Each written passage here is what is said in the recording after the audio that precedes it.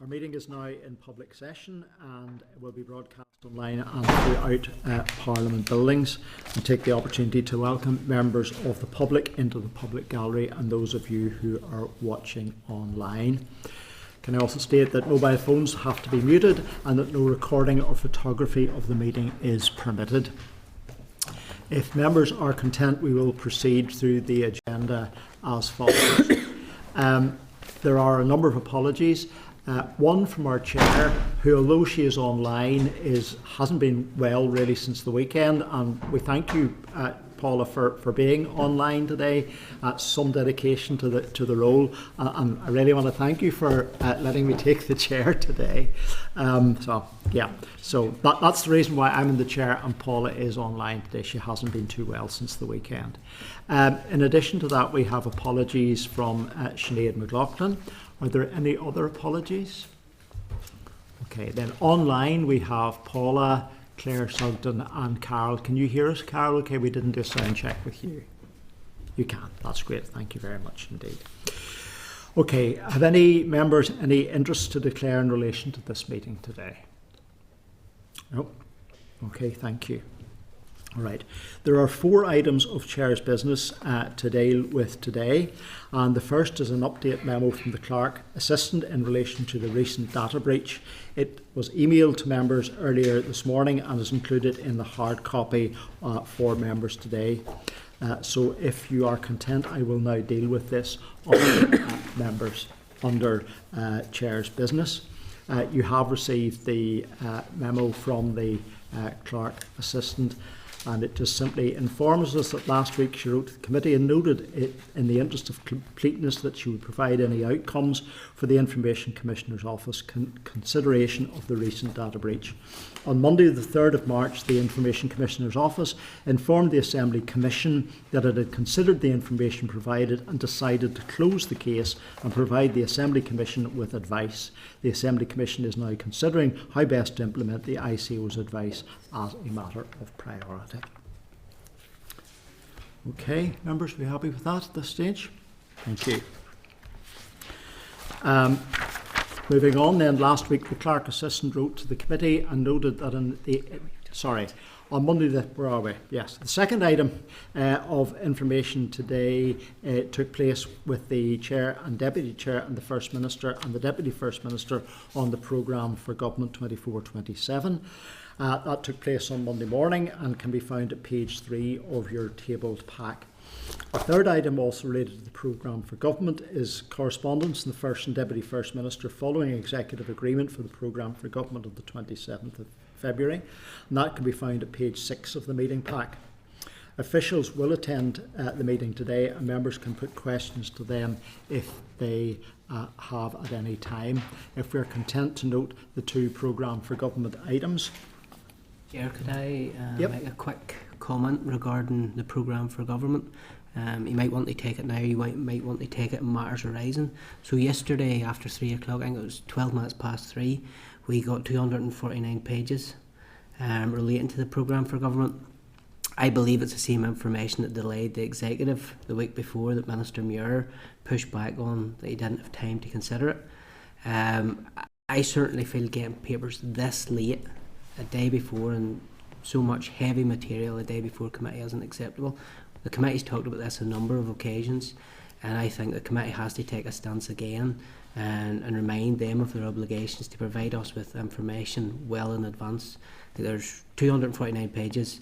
I've scanned through some of it, but I haven't been able to consider a lot of that in detail, simply because it's impossible on a Tuesday when you're in the chamber to have that landed on you at the last minute. And I wouldn't disagree with you in respect to that, and it is a heavy set of documents which we received, and in addition to that, the Chair and I at our meeting with the First and Deputy First Minister raised the question which we knew people would want the answer to, which was the background to the consultation process that had gone on in terms of what had been received. We were told that that information would be released at the time the statement started. I'm not sure I found that overly helpful, and I agree with you. So it is nevertheless a very detailed document, but and we don't have time today to cover all of that material with officials.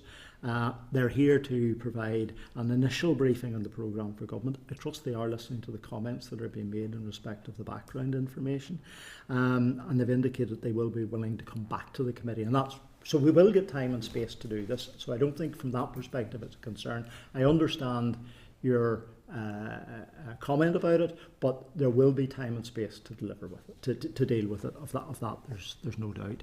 So, the next item of Chair's business is that the Chairperson received, to be strictly correct, the Chairperson has received 2 St Patrick's Day event invitations to Washington DC, and they are emailed to members today by way of information, and the hard copy should be on your tables.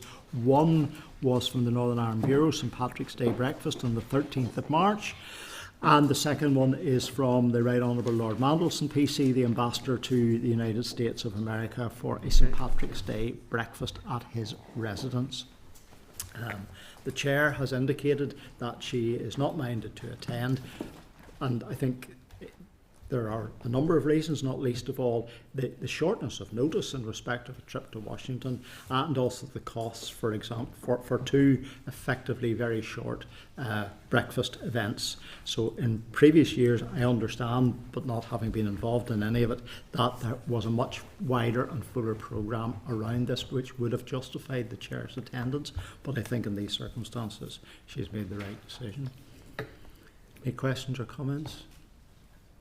Okay, yes, Jonathan. There will be other political representatives going out from different parties to America, and will be going out at their own expense, or that of the party. Is it possible to have some of them represented at these breakfasts, or is it a case of if it's not the TEO chair, nobody goes?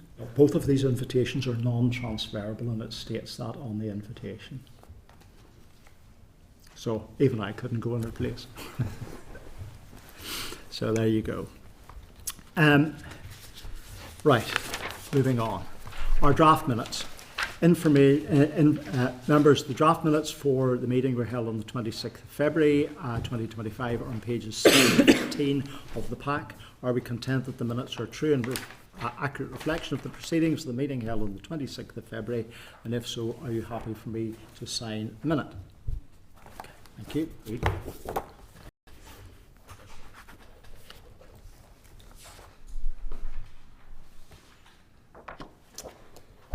Matters arising, item 5.1, it takes us to the clerk's brief. The brief highlights 3 items being considered under matters arising today. Are you going to deal with these, or don't need to proceed with them? Okay, that's fine. Okay. First of all, 5.2, inquest referrals with regards to relatives for justice.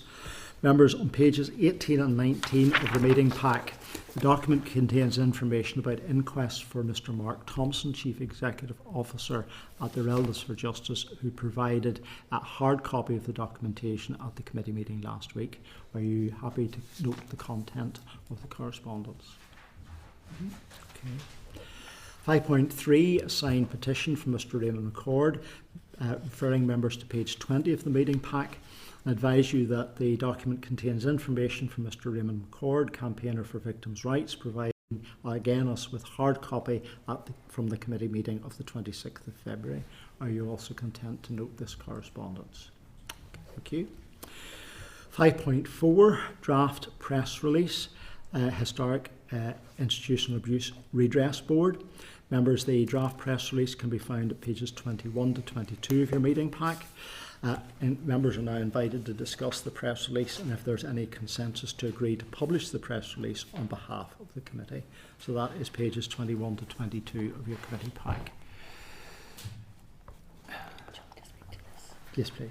You remember last week in the pack, members received a request to publicise the closing date for applications being at the beginning of April, and the committee decided that they would put together a press release just to put it out and to encourage people who have an interest in applying to apply, just to publicise the closing date. And that's what this press release does.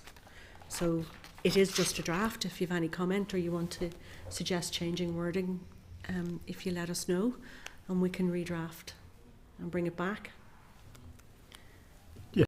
Right. Chair, I'm just mindful of the different strands to this work, you know, and my understanding is, you can clarify, maybe the clerk or someone can clarify, under the HIA, the redress board, does it just relate to people who were children in an institution? Yes. I know there's a separate process for the mothers and babies institutions. There is, and there's also a separate Migrant laundries, you know, and then Yeah. and then clerical abuse, I think, again, separately. Yes, and there's a clerical abuse one as well. On So that. it's just, and I know it does later on. It refers to you. This could have been a children's home at Borstal or training school, but early on it just talks if you were in an institution, and I'm just, given that there are different processes for different categories, There are, and we need to be clear that that people are clear, you know, Yeah. what this redress scheme applies to, or the criteria, the circumstances. So, you know, urging anyone who experiences abuse in residential institutions, Yeah. just so that we make sure we're clear in the information. Yeah, I mean, I'm all for clarity in respect of this, and I think it's important that we make that clear. Have you any particular guidance or advice to us? Or We could move the paragraph that starts, you could be eligible for compensation if you hang it up? were, and put it in as the second one. That's helpful, Brian. Yes, I mean, It's the who would be eligible for compensation, I think, is the bit you're trying to get to, isn't it? yeah, and understanding. Is it only for people who are under 18 at the time? Yes. Yes. Just whether we can specify that, and you know, it's just so that we're not raising hope. You know, Unless we make it clear that all queries and questions about this refer people back to the website of the HIA, and make it clear that we are not taking responsibility for answering those questions. That if you need the answers to those questions, Yeah. you have to seek that out Or detail on there. their website. it's in the notes to the editors. Yeah, You know, it is. again, whether we could put some of that actually, Up to because the top. Yeah, people okay. won't see the notes to the editors. if it's Actually, published. that note to the editor, the non-executive, established the inquiry, children under 18. If you just took that paragraph and shifted it to the Yes. very top, If that if was it's not put, already there, yeah, take that right to the very top under those eligible to apply to HIA redress board, and put it either in italics or in a different size of font at the top of that. Would that help? if it was actually in the press release. In the press Yeah. release, Yes. repeat it at the bottom. No problem with that. And stick it up to the top. Yep. Yeah. Okay. Everybody happy with that? Yep. Thanks very much. I'll move them around and I'll circulate it to everybody so that they can see it before it goes anywhere. Okay, but it'll be a paper exercise, so It will be. it will go. Yeah. Okay, because it is important that It is. we get that out and away. Mhm. Thank you. It'll be for information rather than... Yes. Oh, no, I'm content to approve it, just subject to that paragraph moving up. Thank you. Okay, that takes us on then to item 6, the Chair, Sorry. could I raise something under matters arising? Yes, of course.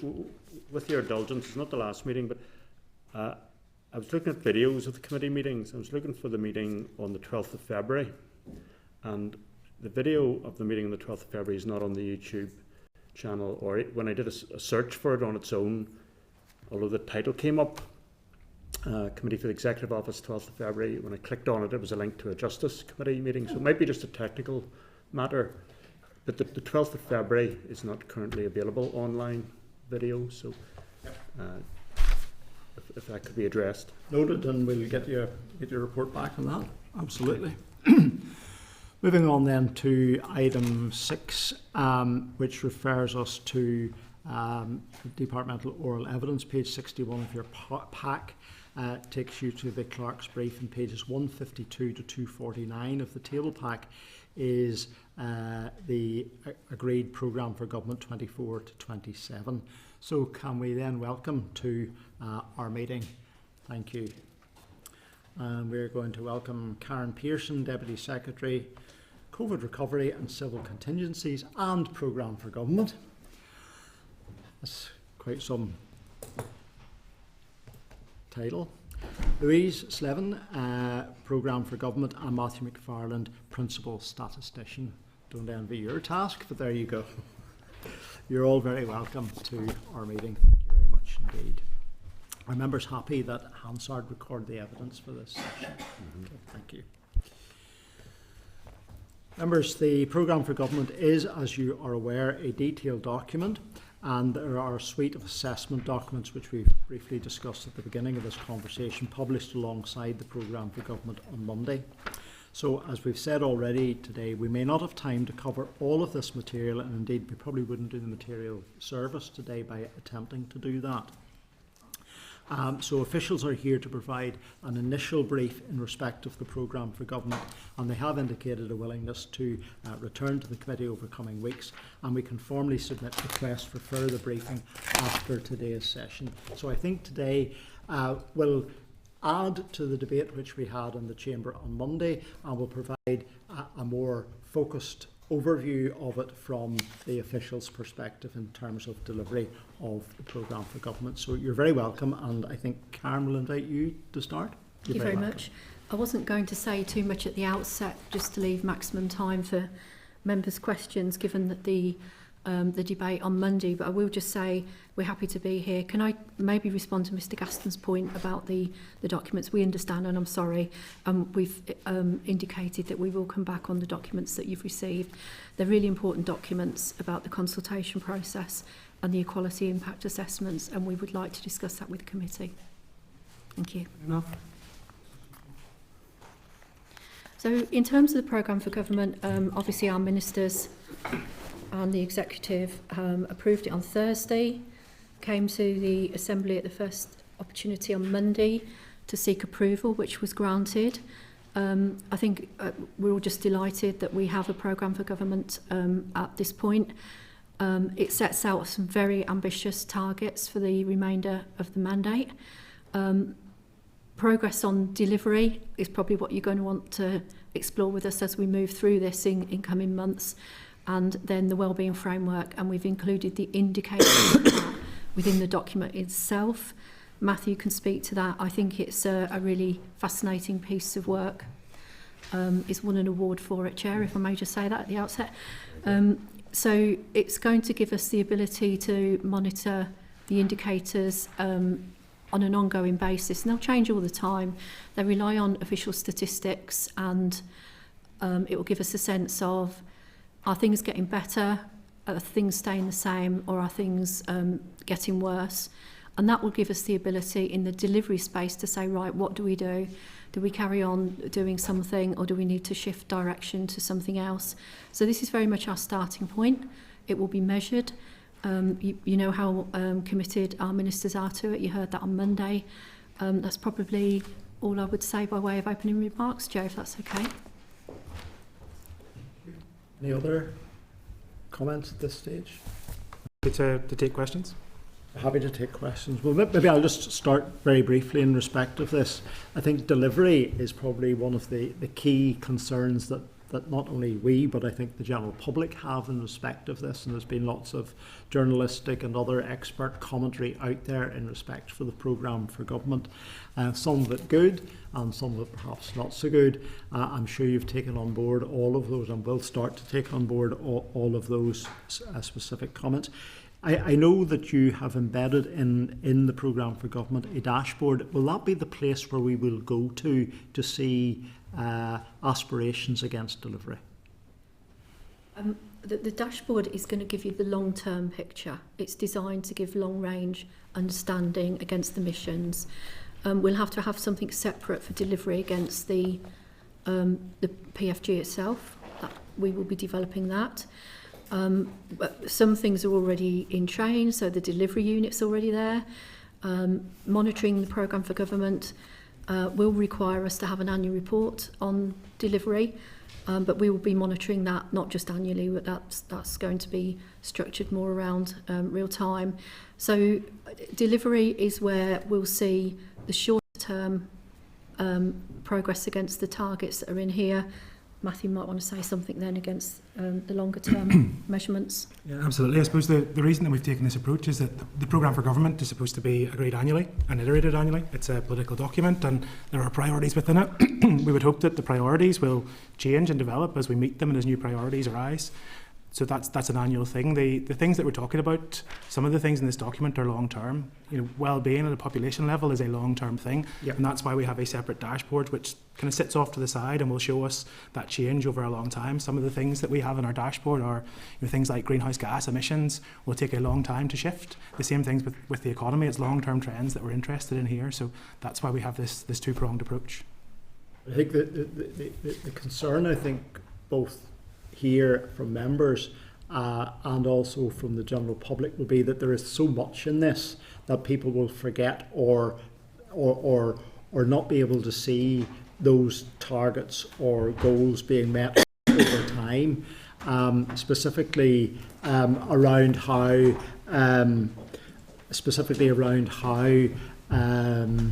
as you say, there are some targets in it which the evidence will take a long time to present, but there are also some very short-term things in terms of the speed, for example, of movement in health waiting lists and things like that. With the amount of money that's been put in, there should presumably be fairly instant or short-term actions in respect of that. So while I appreciate that there'll be an annual report, how as members and the public will we be able to see where progress is being made? And will there be one point where we can all go and see that across all departments, or will we have to trawl through each department to see how they're doing to measure them against? I think we need to pull that together into a place, as you say, where people can see the progress against the PFG. But there's always going to be a role for departments to keep people up to date on their own targets and also to aid scrutiny by their own committees. So I think it will be a bit of both, really. We'll expect departments to be very active in that area, but I imagine my ministers will want a programme for government update. So, will there be a timeline? I mean, I think you're agreeing with us that we need to be able to go to a point of reference where we will see where the progress is being made, whether it's a traffic light chart or whatever. Do we have a timeline for the production of that, and is that something which you can come back to us the next time and say this is what we've developed and this is how we're going to be able to present this to you? I couldn't give you a timeline today, but I'll try and give you an update next week, and if not then obviously as soon as possible after. Okay. Just to use your example of hospital waiting times, I mean, Department of Health, they have fantastic dashboards that let you go down to the type of surgery that you're waiting for, and it gives you that. We don't include things like that because those are performance metrics in the Department of Health. Yeah. What we have is healthy life expectancy. Yes. So that's kind of the next step. There are lots of things that will contribute to healthy life expectancy. Driving life expectancy down is not going to happen in the next quarter. Well, hopefully we'll drive it up. Yes. Drive it up, or that. Yeah, exactly. Exactly. So these are long-term things, and so that's why it's those are the kind of indicators that we've chosen. So therefore, what we need is to be able to see that information in perhaps some sort of traffic light form that is underway, progressing, moving towards or moving away from a particular target. But I think alongside that, then you need the little side arrow that says, for detailed information, go to Department of Health website, go to Department of Infrastructure website, or wherever it happens to be. But not just their website, where in the website people should be able to find that information. I think people want that depth of information going forward. I'm happy to open the meeting up for questions. I think, Timothy, you're first on my list. Thanks very much, Chair. Certainly my comments probably will be out of kilter with many of the comments today, simply because we have 4 parties in the executive populating the majority of this committee, apart from Claire Sugden and myself. So if they can't be cheerleaders for their own document, I don't know who else would be. But certainly over the last few days, the Chair mentioned a detailed document. That would be one of my criticisms. It's certainly not detailed. There's plenty of pictures, plenty of nice words, but there's little in way of commitments, tangible commitments. I can turn around and say, in 2 years' time, this is what's happening in each of the departments. But there is a couple of them that I do want to pick out in the spin document. So, in the chamber, I had asked the First Minister. We'll concentrate on childcare first of all. So in your document it talks about a 25 million commitment and for your exact wording, we are investing up to 25 million this year. Sounds good. The First Minister said it was 50 million when she was speaking in the early parts of the debate, and the Deputy First Minister failed to take me up on, give me the commitment, give me the reassurance. What is the actual figure? So childcare is talked about and mentioned 30 odd times in this document, so it's heralded as one of the big delivery projects for this executive. What is the figure? Is it the 25 million that we have in the document? Is it the 50 million that the First Minister said? But what seems to be clear is it's not the 57.2 million figure that this executive has been provided by the Westminster Government to deliver childcare strategy. So if I could maybe, Chair, refer to page 9 on the PFG. I think the document explains that the 25 million has been invested already, so that's the 25 million. I think the remainder of the 50 million is future investment. I think the 25 million was ring fenced for 24-25 spent, and the 50 million is what I think is the anticipated allocation for the 25-26 year, so both amounts should be spent on childcare. Why doesn't this document reflect the 50 million?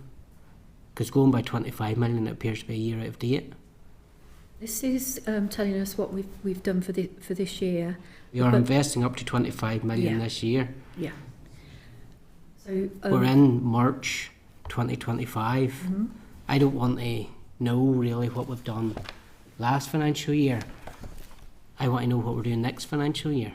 Well, I think Louise is right. So there's an amount of money which is 50 million, which has been provisionally allocated, but the budget is still out to consultation, so that needs to be resolved. So the consultation closes next Thursday, the 13th, and then the budget will be settled. That's my understanding of how those two figures come into play. Use a term that's as clear as mud might be certainly too positive towards that response. So what you're telling me is the 25 million referred to in this document is what was paid, what was spent last year, and next year it's 50 million. 25 million is the year we're in. Yeah. So there's 3 weeks left of that year, and we've only been given this document 2 days ago. So the 25 million referred in here doesn't start at the point of the PFG. It's referencing what's already been done in that space by way of investment this year. So there's no mention of next year's commitment? No. So even taking next year's commitment of 50 million, where's the other 7.2 million that was provided to Stormont for childcare? I would have to come back to you on that. I'm not sure about that. I think it's important that if we're going to herald childcare as one of the big deliveries of the executive, when there is a cheque from Westminster of 57.2 million that has been provided, and we know that through table questions, it's important we understand how much of that Stormont is using for the intended purpose and how much of that has been spent on other things. And if there is money being spent on other things, I would like to know what the executive prioritises more than childcare. For that's the reason that money was provided.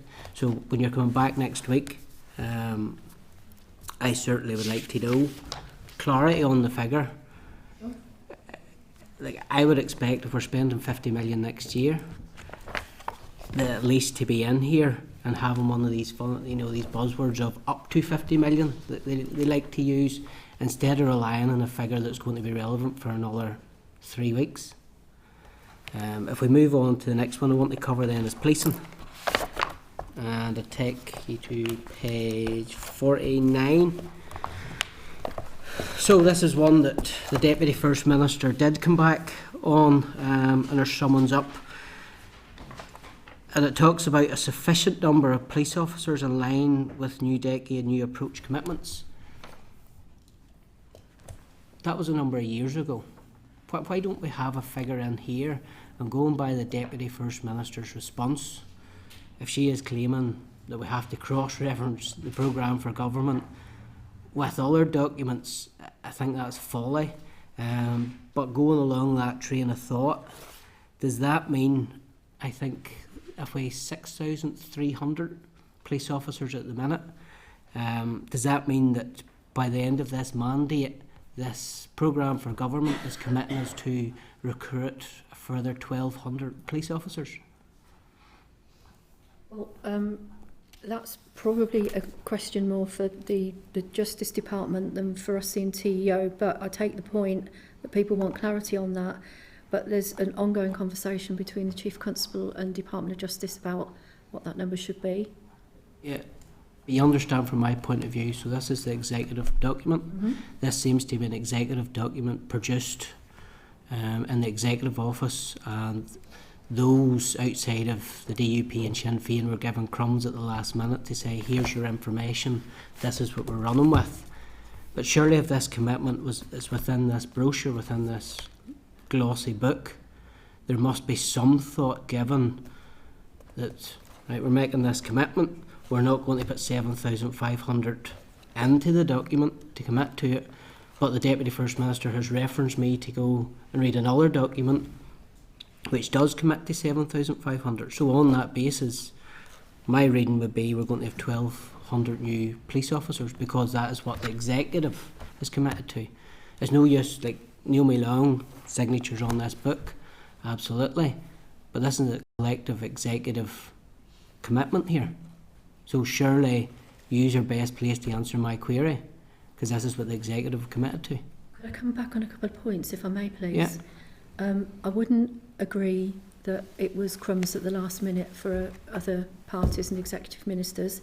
This has been an iterative process, and it's involved a lot of cross-departmental working at official level. It's involved ministerial engagement. So I couldn't agree with your categorisation of it, Mr. Gaston, forgive me. In terms of, yes, it is an executive document, but it's a TEO produced document, but it's an executive agreed document. Ms Long has put her name to this, and if we need more clarity on the police figures, I can ask that question. Yeah. But I think that's very important, and especially with the Deputy First Minister and her response, that's almost what has been claimed. And I take your point about those outside the two main parties, crumbs, and I would expect you to stick up for them. But moving then to a department where that suggestion has come from, namely Health, and Mr Nesbitt, who has been very vocal in the media, saying that the first he had seen of this was when he was given the draft. Now, the Deputy First Minister did say today, well, this is actually Mr Nesbitt's wording that has been included here. But if we do make the journey across to Health, page 31, on Tuesday in the Chamber, I took the opportunity with the Finance Minister. So when he was making his announcement, yes, the programme for government was debated on Monday, he was making his announcement about the extra 61 million going to health for transformation and doing things differently. So it's up to 135 million is the colourful language in this document. What does that mean? Does that mean anything between £1 and 135 million can be heralded as a success simply because you haven't committed to what that will actually be? Does that mean that 135 million is an aspirational figure, and on that basis, Mike, you need to now go and find that because that's what you said you've needed? The Health Minister has said that the 80 million that's listed in here he has found within his budget already. So that's not new money, essentially. That's rolling out a commitment as Health Minister that he has already taken off his income and budget. So going back to the 135 million, what is the plan of how we get to that figure? Because it's important when you put a figure like that into the public domain, into this document, and I presume that's not last year's figure, like childcare, this is a figure going forward. Where's that money coming from? So that text on page 30 sits under a title, our target for 2027. I mentioned that the budget is out for consultation, and that's how that figure will be thought about in the context of the budget settlement. I agree with you. If it came in at £1, then nobody's going to think that's a success, so that is not going to happen. The Health Minister would not have sanctioned a figure of 135 unless that's what he's actually getting close to looking for. So I think in his defence, that's the figure he needs. And going by what we heard and talked back earlier, that's the figure he's been asking for. But where I'm going with this is, he says he's under-resourced. There's a figure of 135 million. Where is that money going to come from? Is this the hedge room that was built into the budget for all the departments? Is that where they're going to try and suck this money from? If it's a collective decision, well, the gauntlet's then thrown down to other ministers of, you give us your hedge room if you want to deliver on this target. It will come through the budget process, but I just want to reassure you that that wording is health wording. That wording also appears in the elective care strategy. So it's a serious statement by the Health Minister that that's what he needs. My ministers have met with the Health Minister. They're absolutely clear that he will have their assistance with health reform, and they'll continue to give him that commitment. They're absolutely clear that they want to play a role in helping the Health Minister make these reforms work. But I can't say anything to you today about 135 million is guaranteed. That's a budget process, but that's coming to the end of the consultation. But my ministers accept that this is an important piece of narrative by the Health Minister, and that's how it's in the programme for government by agreement. We've other people have questions I want to ask, but I think you've raised a number of serious issues. But I think they're also the programme for government and high-level documents that are difficult to grasp in terms of how they have come about and what it is they're seeking to deliver. I wouldn't like to see that they were just going to give a department, it doesn't matter which department it is, X million pounds, because they could go out and buy widgets with it. The reality is they've got to be able to put against the amount that they're going to get, and that comes in the budget. They're going to have to be able to put against the amount that they get real work that will deliver real outcomes for people. This isn't going to be over today. We have lots of time for these questions. And I think it's also been indicated, for example, if you take the issue around the police numbers, yes, Karen can come back with the answer to that question, but actually you've got a much faster route to that, and that's simply to put a written question to the Minister directly, using the programme for government to ask your questions through. You'll probably get better and more detailed answers to your questions doing that than asking officials for whom this is a high-level responsibility, not a detailed day-to-day responsibility. So maybe we'll move on. Brian, thank you. Thank you, Chair, and thank you for your attendance today. And indeed, this is a Northern Ireland Executive Programme for Government, not for the Executive Office. Would you comment, you've already, I think, commented on this, how collaborative has the process been, would you say, in drawing up this document by the Executive? We would say entirely, and right up until the last minute until it was agreed. That's our position. And I was speaking for officials as well, that colleagues were out and about. I mean, the Executive considered the consultation response on the 21st of November and immediately commissioned further work to be done at official level on making the targets sharper and clearer for people to follow and understand, and for progress to be monitored. So yes, we would say it has been entirely collaborative. Okay, well, thank you for that. And you said earlier it was approved by the Executive on Thursday of last week and then brought to the Assembly on Monday. And there has been public comment from the Health Minister regarding the target on page 30. Are you able to tell us then, did the Health Minister clear the exact wording which is under that heading there for reducing the waiting lists by treating an additional 70,000 patients at a cost of up to 135 million with Executive support? Yes. So he cleared that wording and was aware of it There was one tiny tweak. When it came into us, it started with invest with executive support, and we just turned that round to start with. I wouldn't want to mislead you and say it was 100%. Yeah. But the substantive issues in here are exactly as they were received by us on the 19th of December. And that was cleared and approved by the Health Minister? Yes. Yeah. I mean, I appreciate you maybe can't comment, but people have wondered, well, the Health Minister cleared this wording, yet he commented that it come as a surprise to him. I don't know whether you want to express any view, or maybe you don't. I'd probably better not, but again, I can only repeat that, you know, regardless, my ministers are 100% supportive of the tenor of what's in here, because they know it's really important. It's in a document called What Matters Most to People. You ask people, they're going to say health. So they want to support him. Yeah, but it is helpful that you've clarified that the exact wording was cleared by the Health Minister and was seen by him in advance.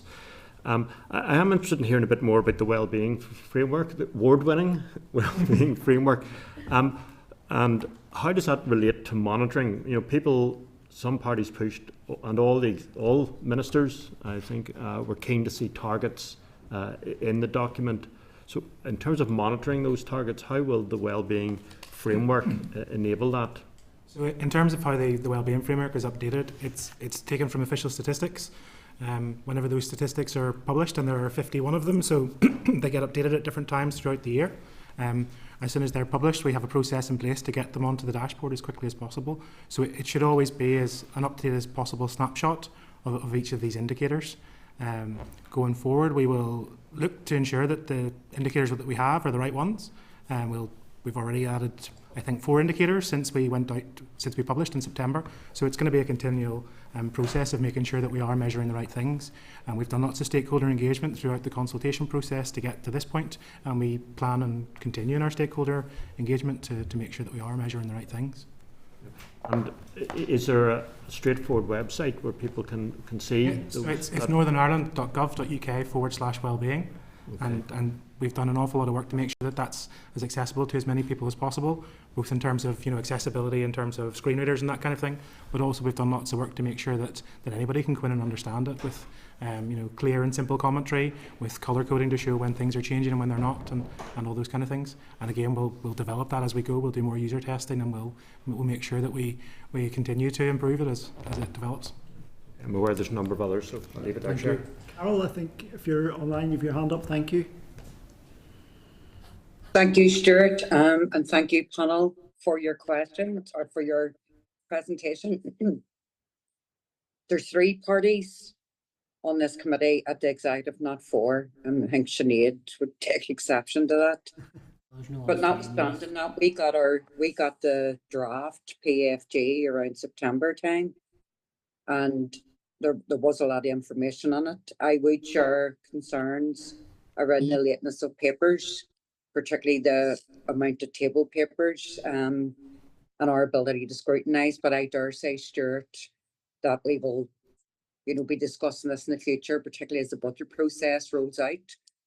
My interest would be that, apart from it being the first actual published programme for government in as many years, can we get a sense of the EQIA and what we need, what has come out of that in reference to the consultation, particularly where the gaps are, inequality that have been presented as a result of that consultation? That would be my first question, Stuart. Thank you. Well, I suspect, Chair, they're the documents and the issues that you're calling us back on Wednesday. Yes. So we have the consultation report, we have the analysis of responses to the consultation, we have the child rights impact assessment, rural needs impact assessment, and the equality impact assessment. Yeah. All of which we're very happy for you to explore with us in detail next week, if that's okay. Yes, and we have those, and we now need time to scrutinise those, and there's a potential to come back with questions. It would be very helpful to the clerk if members could come back with questions by email to her so that we can clear up some of these, because some of them will be very simple, straightforward answers, and then those which might require more detailed discussion can be dealt with in the meeting. So it's about how we manage our committee time, but it's also how we be helpful to you in getting these questions across. Because if we ask you questions in advance, you can have time to research them and come back with very clear answers for us. So we would appreciate that. Thank you. Carol? Yeah. So I mean that is helpful.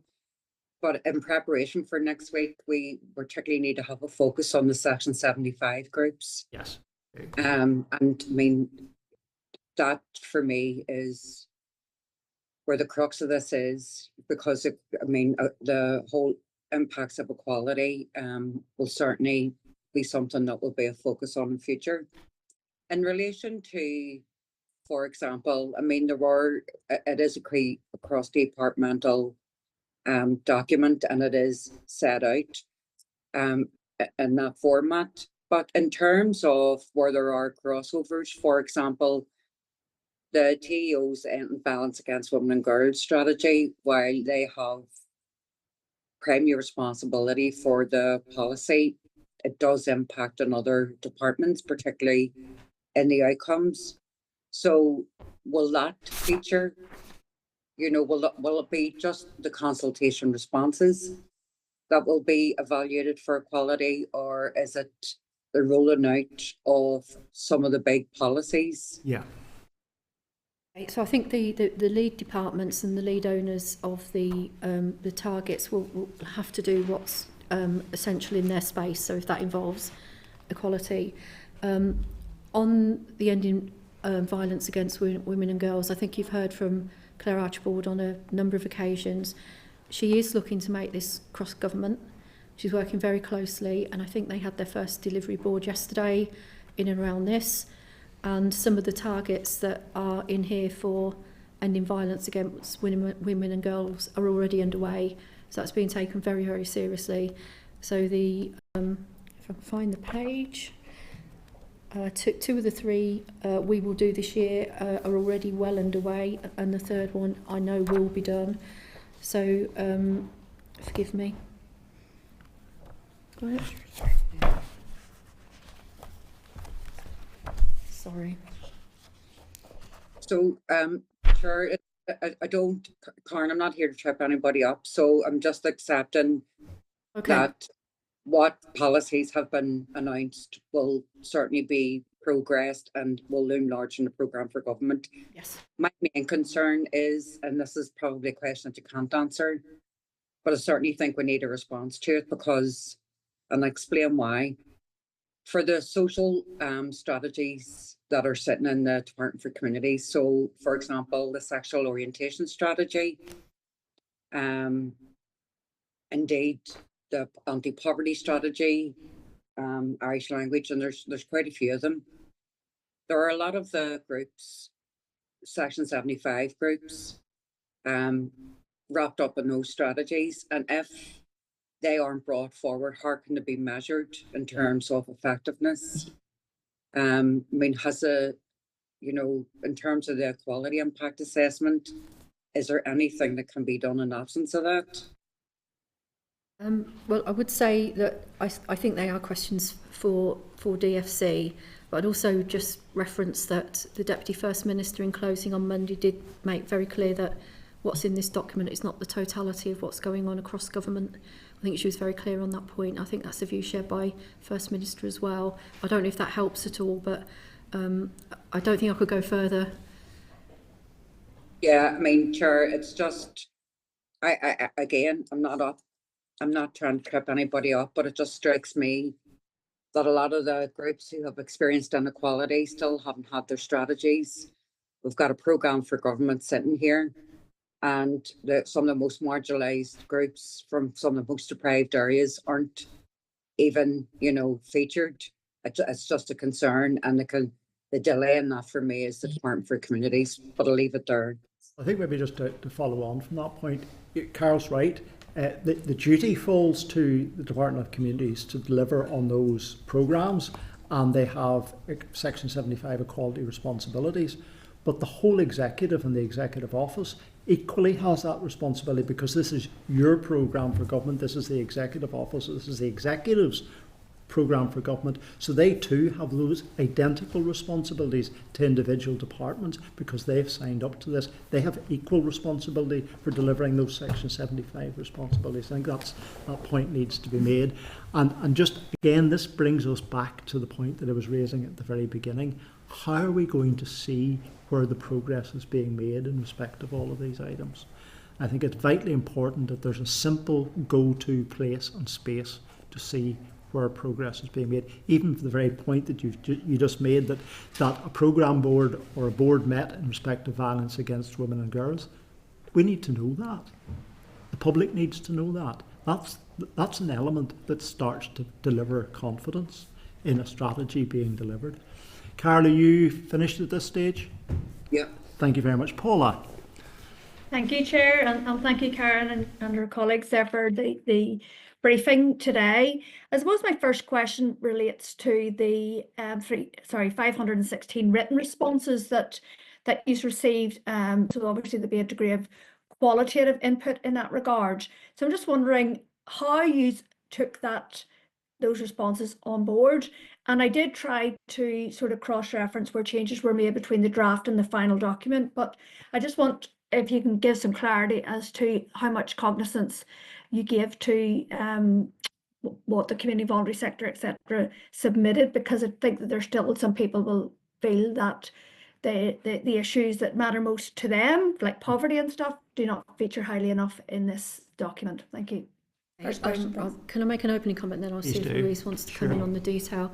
So again, I think the Deputy First Minister was clear on Monday that this document cannot do everything, but she was very hopeful that people could see a lot in, there would be a lot in this for everyone, or something for everyone in this, but we couldn't have taken absolutely everything on board. Some changes were made between the draft and the final. Louise, do you want to come in?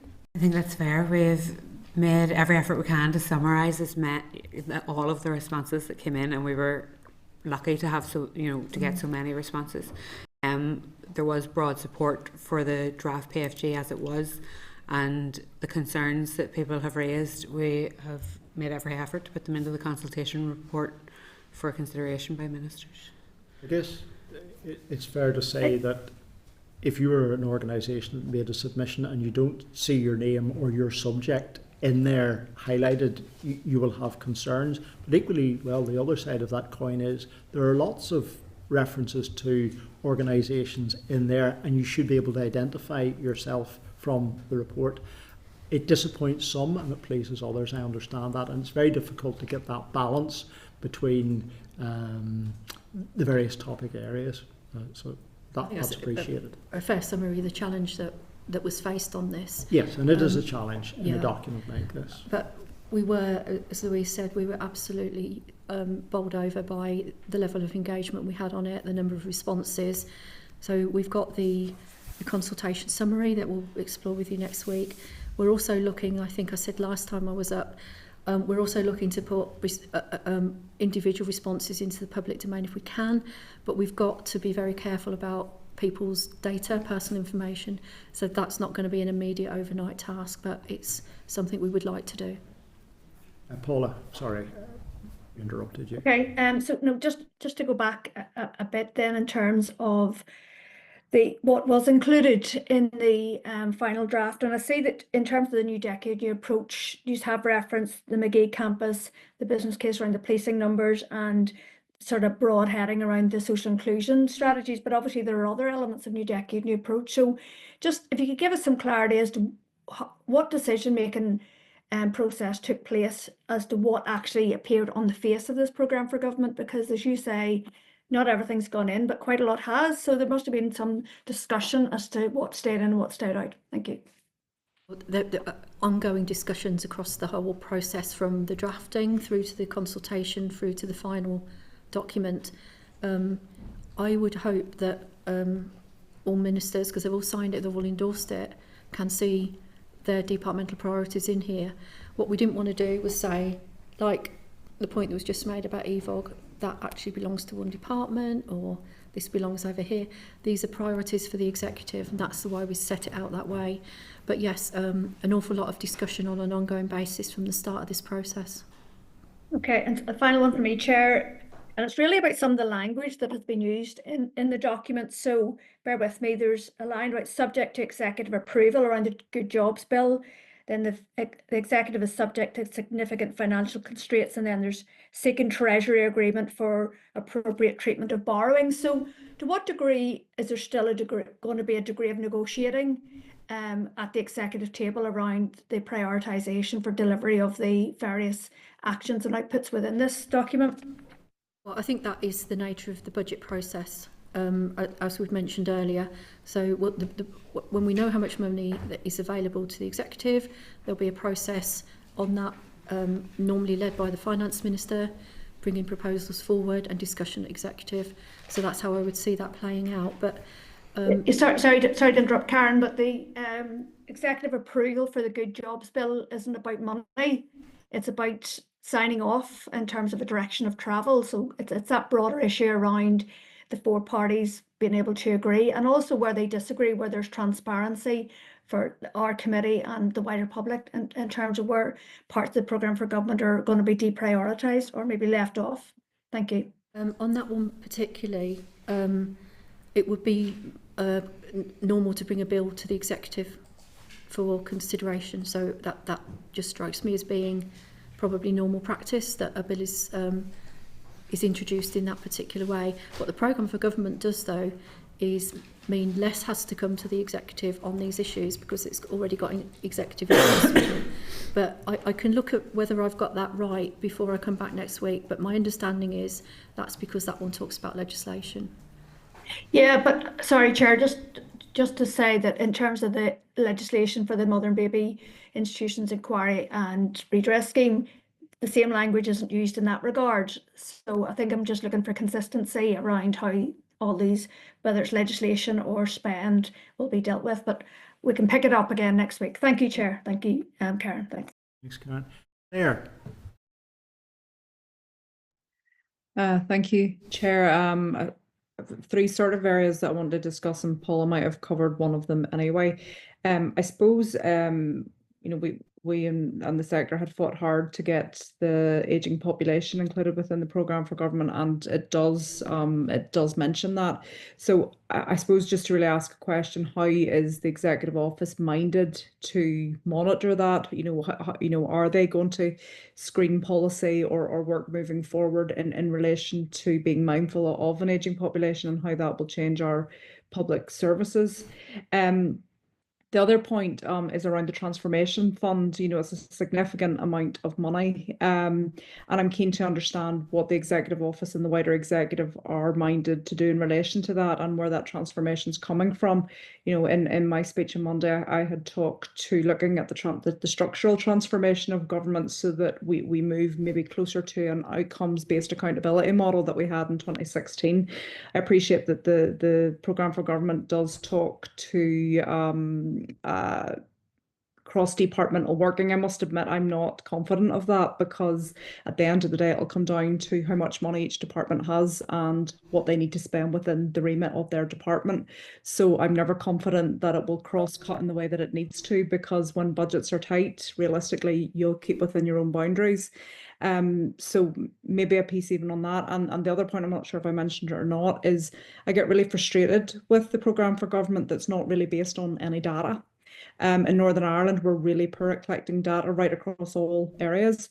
So what are we basing these outcomes and aims and objectives on ultimately? And is there an opportunity even with the transformation fund to look at how we can collect that data to give some, I suppose, evidence and substance to the targets that we're trying to get to?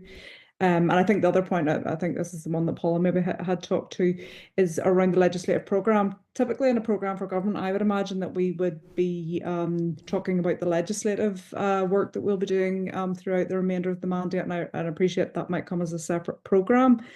It's just a little bit disappointing that as legislators, that doesn't really feature in the programme for government. So if you could talk to those, thank you.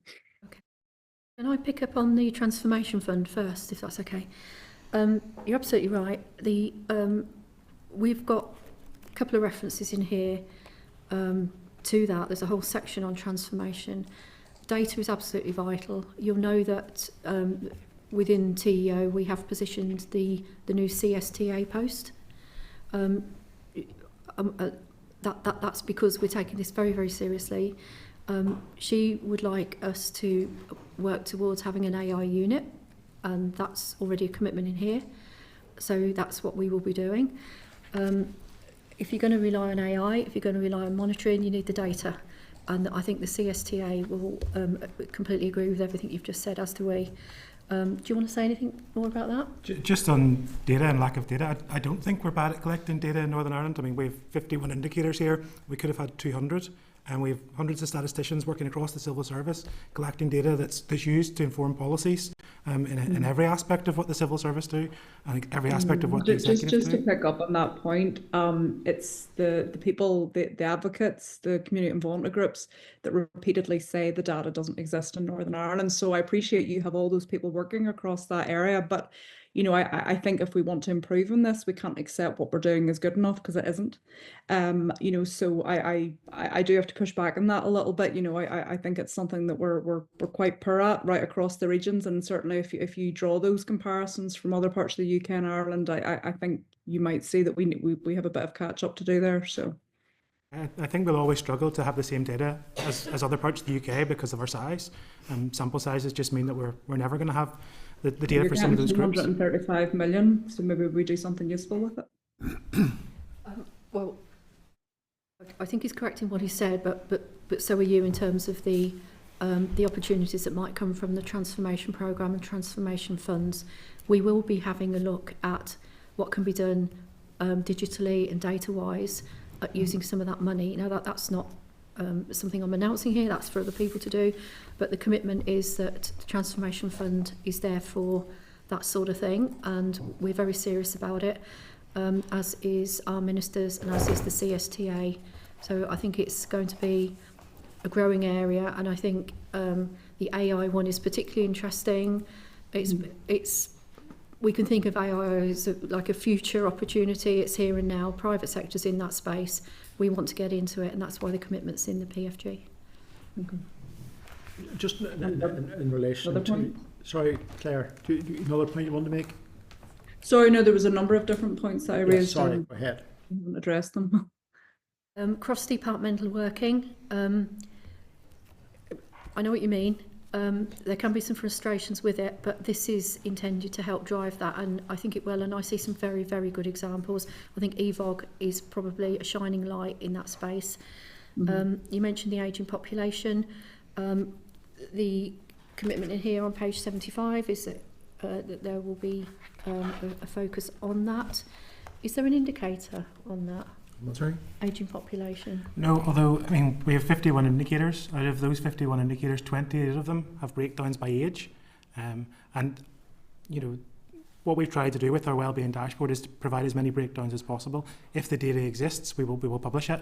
You know, I said there's 28 of them. The other ones that we don't have it for are things like greenhouse gas emissions and things that aren't relevant to age. So we've got an awful lot of data there around different age groups that we can use, and the same goes for, you know, sex versus urban, rural, you know, people with and without dependents, all of those Section 75 groups.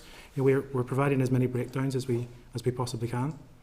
And how does that translate into how we deliver public services? Because my whole point around ageing population isn't just about satisfying older people. It's about recognising that our public services across the board will look differently when more older people using them. You know, waiting lists, for example, even domestic abuse, you know, how many of those are older people, you know, and how do we tackle that, therefore, after that? You know, I suppose the purpose of my conversation around ageing population is that it must be embedded into everything we do, because that's the demographic we are eventually going to be serving in 10, 20 years.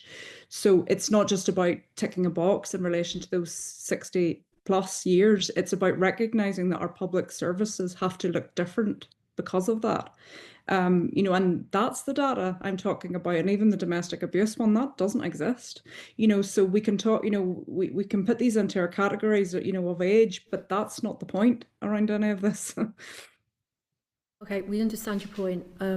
I think it's a broader point than the PFG. I think you're talking about whole of government approach to ageing population. And that's why the Executive Office need to lead on it, and that's why the Programme for Government, I understood, included it. And that's why I'm asking the question of you, of the TAO. Let me come back on what that might look like when I'm up next week. Okay. Well, thank you. Thanks for that. Harry. Thank you very much, Deputy Chair, and thank you. Maybe you could tell us about the delivery unit and how that will help the Executive deliver on the 9 priorities. Yes, so the delivery unit is a very clear commitment in here. It's already established. It will lead on a small number of high priorities, and the priorities for the delivery unit are to be set still, but there's a couple of staff in there, and I think the Deputy First Minister gave a bit of an indication on Monday when she closed on the sort of things that she would expect the delivery unit to be leading on. I've probably picked up the wrong document. Forgive me. There you go, thank you.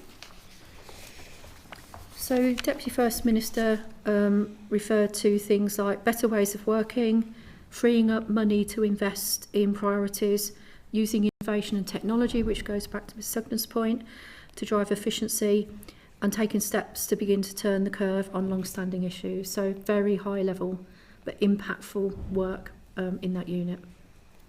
Thank you. And one more maybe, please, Deputy Chair. Just thinking of your dashboard measuring the process and delivery and monitoring, and you said it would be measured, but you said it was more for long term. I'm just thinking, should the dashboard not be something that could look at the 9 priorities and have like early warning signals on whether we're getting there or not? Well, I think the Chair has invited us to be very clear on what that delivery mechanism and monitoring mechanism looks like. We're totally on board and in agreement with that. What we need to do, because this is a programme to take us to 2027 for the end of the mandate, we need something that will monitor, measure and report on those. What Matthew has built is something that will give us that much longer range understanding, because some of the indicators in there will not shift on a quarterly basis and maybe not shift too much by the end of the mandate, but we need to know through that long range thinking, and as Matthew said, every time we get a relevant set of official statistics, it will be updated, people will be able to see what's changing, and it will be explained what's changing in there. I would see those as 2 different activities then, short range, long range, but they've got to be complementary, of course. So that's the challenge for us. Thank you. Anya? Thank you, Chair. Thank you.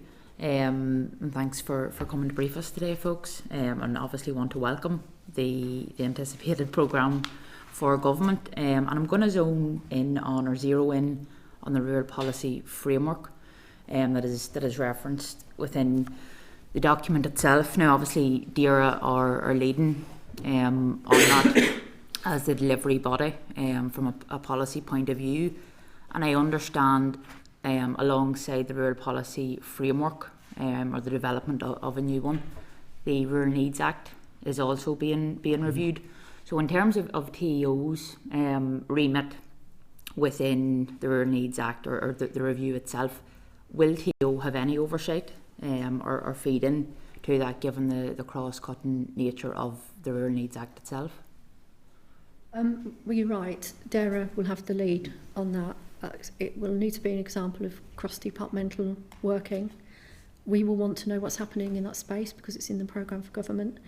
Whether TEO has a functional role in that, I wouldn't be entirely sure, but I'll be interested in it, absolutely, because it's in here and we will have to know what's going on in that space. I think it's fair to say as well, the rural need, I don't know the detail of the revised Rural Needs Act, but we've done a rural needs impact assessment because it should be taken forward on any policy where it's relevant. So that will be for TAO policies as well as in other departments and cross-cutting ones. And just to stay, I suppose, on the topic of cross-cutting again, There's mention of prioritising eradication policies, including that of TB. Again, Dara will be the policy lead on that, and you're saying that even in this circumstance with TB, TEO will be seeking updates in relation to that, or what way does that work with other departments? Will we be seeking updates on all of the agreed actions in the programme for government?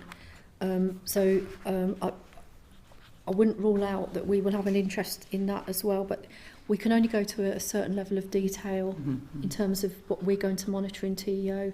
There has to be an ongoing responsibility for departments to deal with this, to speak to their committees, to put themselves under scrutiny around that. So I wouldn't want it thought that everything in here gravitates to TEO. No, I understand that. I suppose it's about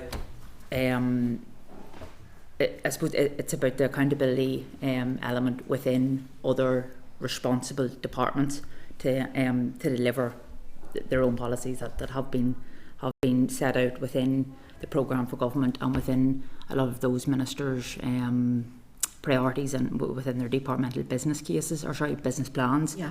In relation to young people, and I know you are coming in next week to discuss the child rights impact assessment and the other indicators, what has TEO been doing to date in relation to consulting with young people, and what does TEO plan to maybe do into the future to consult with younger people?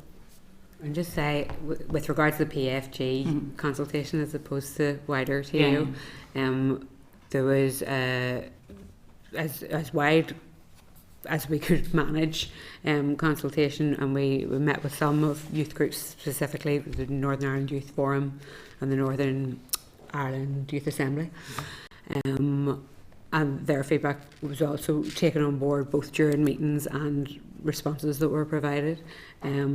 Also in terms of the process of the consultation, and I know you'll get into the detail of this next week, but we were as clear as we could be that while it's very nice to get responses as survey responses, we would take them as written responses, we would take them as emails, we would take them as phone calls, we would meet with people, it wasn't just that, and there was a child-friendly version produced as well. So I think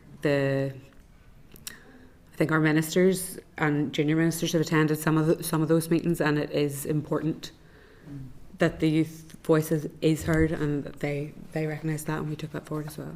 I think there was engagement with the Children's Commissioner as well, is that right? And there's been ongoing engagement with the Children's Commissioner's office too. And I believe that they did their own engagement with young people specifically before they came back to us. Thank you very much. Thank you. Be following on from the question that Anya asked in relation to TEO oversight, if you like, of the programme for government, and I appreciate wholly that the detailed deep dive into programmes and delivery is a matter for individual departments and the scrutiny committees that follow them. But equally well, as a whole, you do not want to see the programme for government fail. So what interventions have you planned along the way to ensure that departments are keeping up with the game? There were two fronts. As promised. Yeah. So the monitoring and reporting, I have no doubt the executive will want to have an ongoing interest in what's happening in this space, and then the establishment of the delivery unit to really assist with some of the high impact priorities still to be set. But I think if you take all those together,